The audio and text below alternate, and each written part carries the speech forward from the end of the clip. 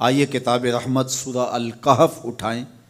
اللہ تعالیٰ نے ایک واقعہ بیان کیا ہے حضرت موسیٰ اور حضرت خضر علیہ السلام کا، کہ حضرت موسیٰ علیہ السلام عزم مصمم کر کے جب چلے تو اللہ فرماتا ہے کہ ہم نے حضرت موسیٰ علیہ السلام کو جس بندے کی نشانی بتائی تھی وہ بندہ ان کو وہاں مل گیا۔ سفید چادر اوڑھے حضرت خضر علیہ السلام وہاں لیٹے ہوئے تھے، تو یہ جا کے ان کے پاس کھڑے ہو گئے کہ حضرت میں آپ کی خدمت میں اس لیے آیا ہوں کہ اللہ نے آپ کو جو خصوصی علم عطا کیے ہیں میں ان کو سیکھنے کی غرض سے آپ کی چوکھٹ پہ آیا ہوں۔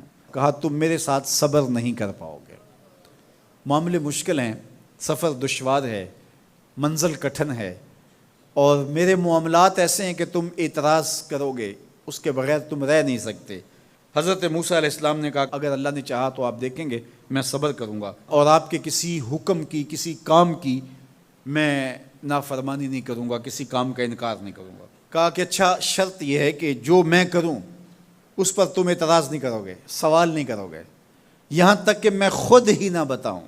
تو کہا کہ یہ شرط ٹھہری، میں کوئی بات نہیں کروں گا۔ فانطلقا، دونوں چل پڑے، دریا کے پار جانا تھا۔ جو کشتی کا مالک تھا، کشتی بان تھا، وہ حضرت خضر علیہ السلام کو جانتا تھا تو اس نے کرایہ بھی نہیں لیا، لیکن جب کشتی پر سوار ہوئے تو عصا مار کے حضرت خضر علیہ السلام نے کشتی کا ایک پھٹا توڑ دیا۔ تو بے ساختہ حضرت موسیٰ علیہ السلام نے کہا آپ نے پھٹا توڑ دیا، یہ سارے ڈوب جائیں؟ کہا میں نے کہا تھا نا تم میرے کاموں پہ صبر نہیں کر پاؤ گے۔ تو حضرت موسیٰ کو یاد آیا، کہا میں بھول گیا تھا، اس پر مواخذہ نہ کیجیے۔ پھر دونوں چل پڑے، بچے کھیل رہے تھے، ایک خوبصورت لڑکا وہ بھی بچوں میں کھیل رہا تھا۔ حضرت خضر آگے بڑھے اور اس کی گردن مروڑ دی، اس کو قتل کر دیا۔ صاحب شریعت تھے حضرت موسیٰ علیہ السلام، نہ رہ سکے، پھر بول پڑے ایک جان کو بغیر کسی جان کے بدلے میں قتل کر دیا، اس نے گوایا کیا تھا ہمارا؟ آپ نے بہت ہی جو ہے وہ غلط کام کیا، یہ کام اچھا نہیں کیا آپ نے۔ کہا میں نے کہا نہیں تھا کہ تم میرے ساتھ صبر نہیں کر پاؤ گے۔ کہا ایک موقع اور دے دیجئے، اب اگر میں نے کوئی اعتراض اٹھایا تو پھر دوبارہ مجھے آپ اپنی صحبت میں نہ رکھیے، عذر تمام ہو جائے گا۔ پھر دونوں چل پڑے، یہاں تک کہ ایک بستی میں دونوں آئے تو آپ نے بستی والوں سے کہا کہ ہم مہمان ہیں، آپ ہماری مہمان نوازی کیجیے، کھانا کھلائیے۔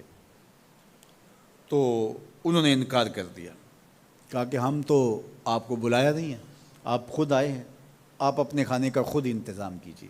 گزر رہے تھے گلی سے تو ایک دیوار گرنا چاہ رہی تھی، تو جلدی سے اس دیوار کو مرمت کر دیا۔ کہا حضرت ہم اگر چاہتے تو اس پہ اجر لے سکتے تھے، انہوں نے ہمیں کھانا تک نہیں دیا اور ہم ان کی دیواریں سیدھی کر رہے ہیں۔ کہا اب تمہاری میری جدائی ہو گئی، تم نے یہ بھی اعتراض کر دیا۔ تو انہیں یاد آیا کہ وہ یہ بھی اعتراض ہو گیا، اب میں تمہیں بتاتا ہوں کہ یہ 3 کام میں نے کیوں کیے۔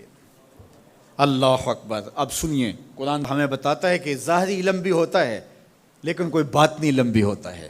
کہا وہ پہلی بات کشتی والی سنو، یہ 2 مسکین بچوں کی کشتی تھی، ان کے گھر کا چولہا اس کی کمائی سے جلتا تھا۔ دریا کنارے کنارے ایک ظالم بادشاہ رہا تھا جو لوگوں کی کشتیاں چھین رہا تھا، ہم نے تھوڑا سا عیب لگا دیا، وہ ٹوٹی کشتی چھوڑ کے چلا گیا۔ اب وہ تھوڑے سے پیسے لگا کے کشتی مرمت کرا لیں گے، گھر کا چولہا جلتا رہے گا، بتاؤ اچھا کیا یا برا کیا؟ کہا رہی بات اس بچے کی جس کو ہم نے قتل کیا، اس کے ماں باپ مومن تھے، نیک تھے، صالح تھے، بچے نے بڑا ہو کے بہت برا ہونا تھا، ہم نے اس کو قتل کر دیا، اللہ اس کے بدلے ان کو بہتر اولاد دے گا۔ علماء تفسیر نے لکھا ہے اس بچے کے بدلے میں اللہ نے ان والدین کو ایک بیٹی عطا کی جس کی نسل سے 70 نبی پیدا ہوئے۔ دیوار کی کہانی بھی سن لیجئے، یہ شہر کے 2 یتیم بچوں کی دیوار تھی اور اس کے نیچے ان کا خزانہ تھا اور ان کا باپ بڑا نیک تھا۔ خزانہ دیوار کے نیچے ہے، دیوار گرنا چاہ رہی ہے، کسی معمولی دھکے سے گر جاتی۔ 2 ہی صورتیں تھیں، یا وہ بچے خود اپنا خزانہ اٹھا لیتے یا لوگ اٹھا کے لے جاتے۔ لوگ اٹھا کے لے جاتے پھر بھی ہاتھ میں کچھ نہ آیا، اور اگر وہ خود اٹھا لیتے تو بچے ہیں، بچپنے کی وجہ سے وہ اس کو اڑا دیتے۔ تو ہم نے اس کے اوپر دیوار کھڑی کر دی، جب تک وہ اس قابل نہیں ہو جاتے کہ یہ خزانہ نکال کے اس کو صحیح مصرف پہ لگا سکیں، اتنی دیر تک دیوار گرے گی نہیں۔